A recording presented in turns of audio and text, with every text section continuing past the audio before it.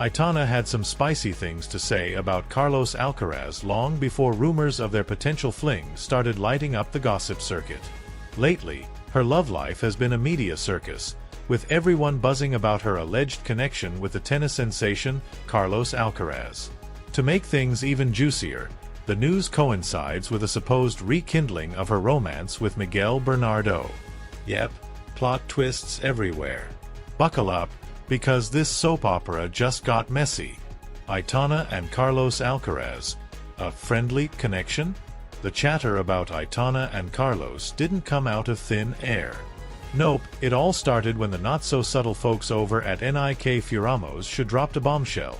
Apparently, her rumored romance with Sebastián Yatra, the Colombian heartthrob she was linked to, might have been a cover-up.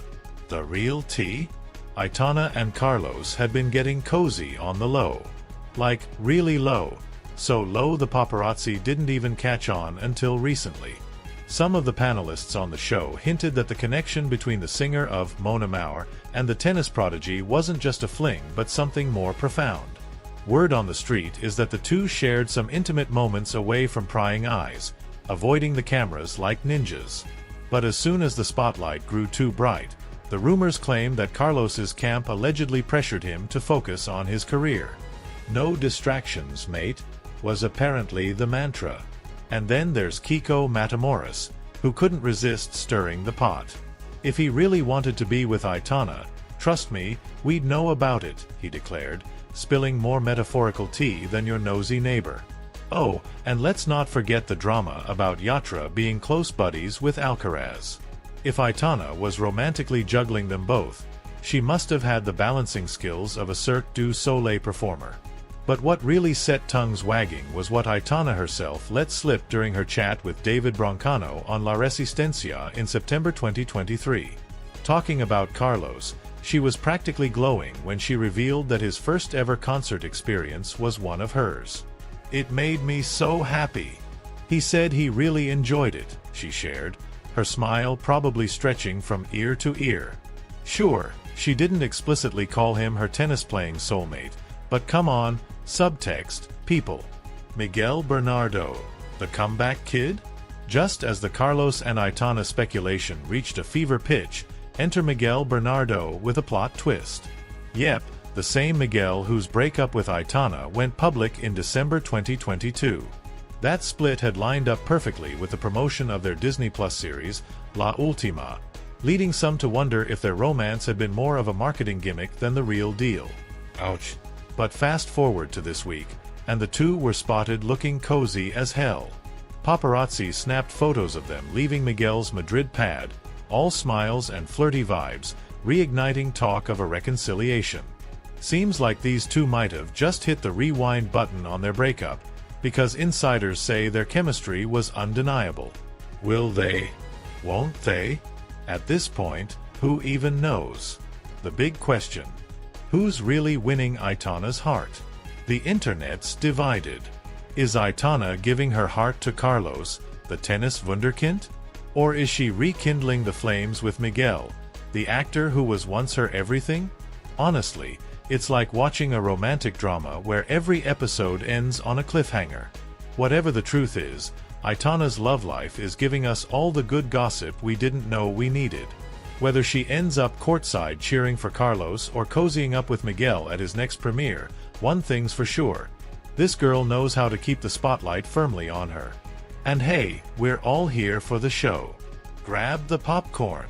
Last November, sparks may have flown for Aitana and Miguel Bernardo in the most unexpected of places, the flood-ravaged town of Cattarroja, Valencia. Not exactly the setting for a rom-com, right? But hey, who needs Paris when you've got muddy boots and a shared mission? The duo reunited as volunteers to assist those affected by the Dana storms, lending a hand to the legendary chef Jose Andres' World Central Kitchen and even getting down and dirty with the cleanup efforts. According to insiders, or let's be real, the nosy neighbor types, this wholesome reunion may have been the moment their relationship thawed and started brewing a full-blown reconciliation. From that point on, the two have been spotted out and about in Madrid, oozing chemistry like they're auditioning for the next Notebook sequel. And honestly, the PDA? It's giving "we're back" baby.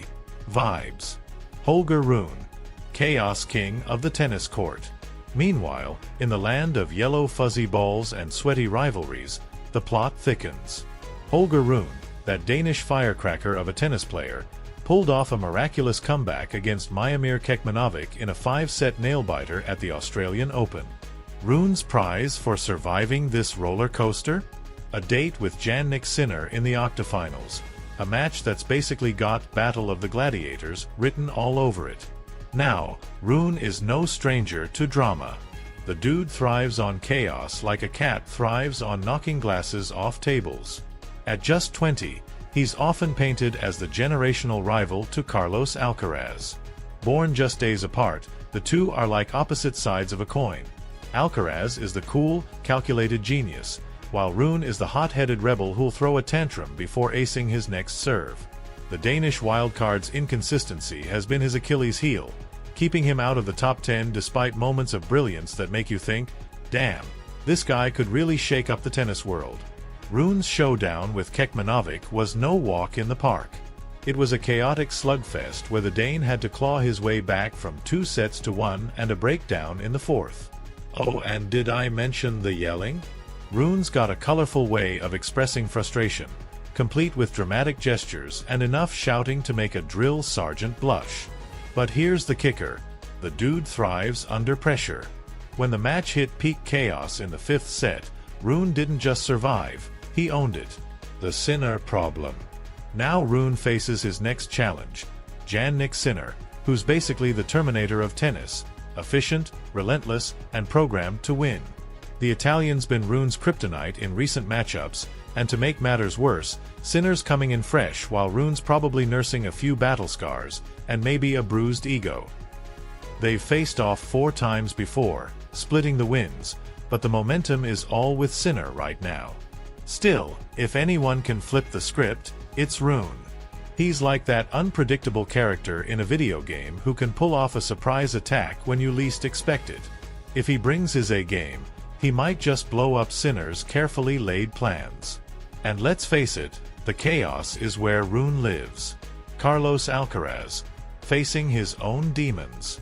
While Rune is busy embracing his inner drama king, Carlos Alcaraz has his own mountain to climb in Australia. The Spanish prodigy is set to face Jack Draper, a rival who's given him a fair share of headaches in previous encounters. The Australian Open is heating up, and the stakes couldn't be higher. Alcaraz may have the skill and the titles, but even the best can stumble when the pressure's on. Will Carlos rise to the occasion, or will the chaos of the tournament get the better of him? One thing's for sure, between Rune's fiery antics and Alcaraz's battle to stay on top, tennis fans are in for one hell of a show. Grab your popcorn, folks, this drama's just getting started. Carlos Alcaraz is rolling into this Australian Open like a freight train with one goal in mind, grabbing that damn trophy. He's made it crystal clear, this is the title he's gunning for in 2025. Why? Because it's the last piece missing in his Grand Slam puzzle, and the guy doesn't just want to win, he wants the whole damn collection. So far, Carlitos has been crushing it. He steamrolled past Alexanderchenko and Yasito Nioka with ease and battled his way through a gritty match against Nuno Borges, proving once again why he's a top dog on the circuit. But now, the real test begins, facing off against the Brit who's been a thorn in his side, Jack Draper. The Draper Dilemma, Ghosts of Queens Past.